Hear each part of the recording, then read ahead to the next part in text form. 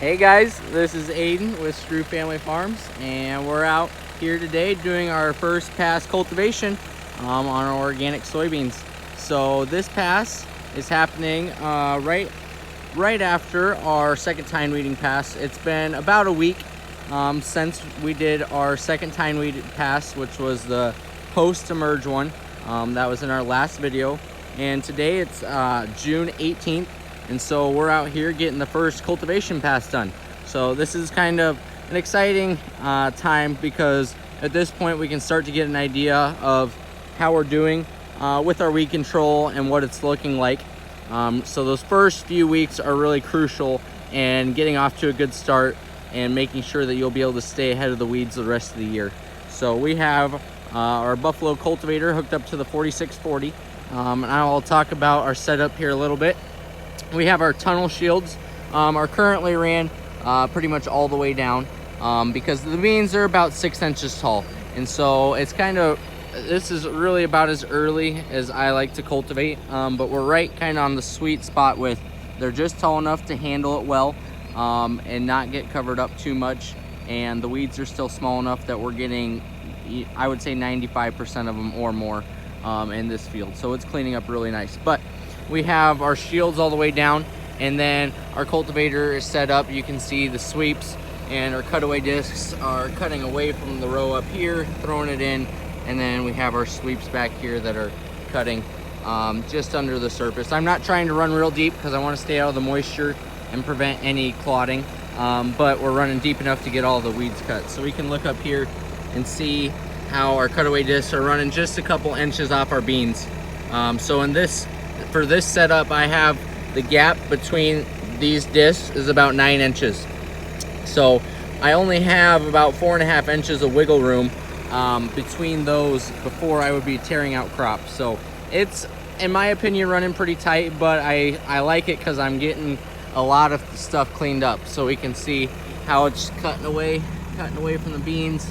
And then back here, our sweep is throwing this dirt along the shield and then rolling it up along the edge of these beans real nicely.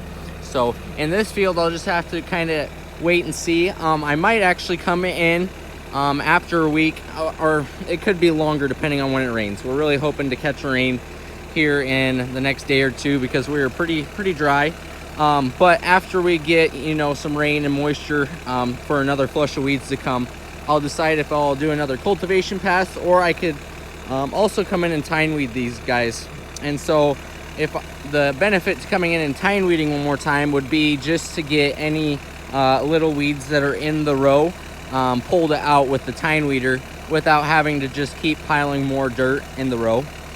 With the beans, I try to make kind of as little ridges as possible, just because when you're combining, you're cutting right across the tops of them, and the ridgier the field is, it's just not quite as fun. So and the beans, I try to keep it leveler. With corn, I can make some nice ridges. The corn does not mind that one bit. So yeah, but we can kind of see, if we look over to this side of the field, you can see over here the volunteer corn that we have from the storm and our laid down corn.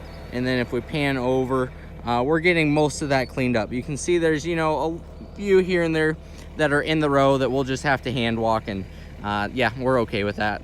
You usually have some every year. But this year, it looks like the volunteer corn is going to be kind of the biggest thing to clean up. So we can walk down here and kind of see. Obviously, it's just doing a real good job at getting everything cut out, except for obviously a little bit of volunteer corn that's too close. But there's not really much you can do about that. But if we look down the rows here, we can see our line with what we have done and then what we haven't, and what we'll go through and get cleaned up. So yeah, that's what we're doing. With these shields on here, it's nice because I can still run. I'm going about 5.5 miles an hour, 6 miles an hour. So even though we're only 15 feet wide, we can get some acres done. You just got to stick with it.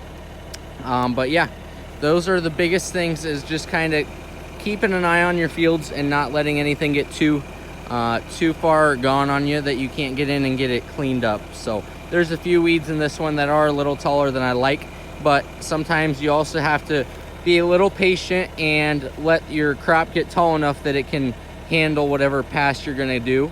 And so this is one of those times where the beans are just to the ideal height that I can come in here and roll right along and push a little dirt up on them also while cutting them out. So you can kind of see, I'll give you a front view here of what that looks like with the rows.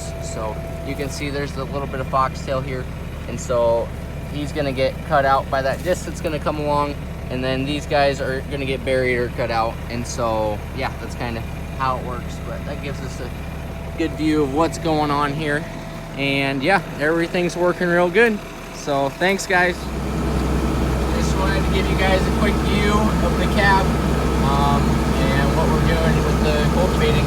So I am freehanding this right now. We don't run any guidance with this tractor currently, and so yeah, we're just out here. I got my marker so I can put that right on the row, and I have it set up so if I drop that guy right on the row, then I will be doing perfect behind me. So you can see here's an area where it's a little wetter, so we got some heavier pigweed in this low spot here. But if we look behind, hopefully you guys can see that it's getting it all cut out pretty well. So yeah, it's doing a real good job for us, guys.